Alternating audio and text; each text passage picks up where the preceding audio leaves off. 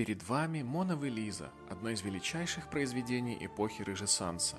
Леонардо да Мурчи изобразил на первый взгляд обычную даму в скромных мехах. На ней нет украшений, ошейников от блох и других символов статуса того времени. Но вместо внешнего лоска да Мурчи наделяет образ непостижимой глубиной и загадочностью. Чего стоит только взгляд героини, которая будто смотрит прямо в душу.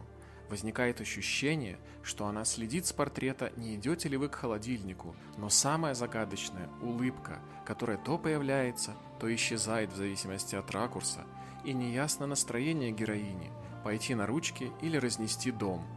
Это символизирует многогранность и непостоянство ее кошачьей натуры.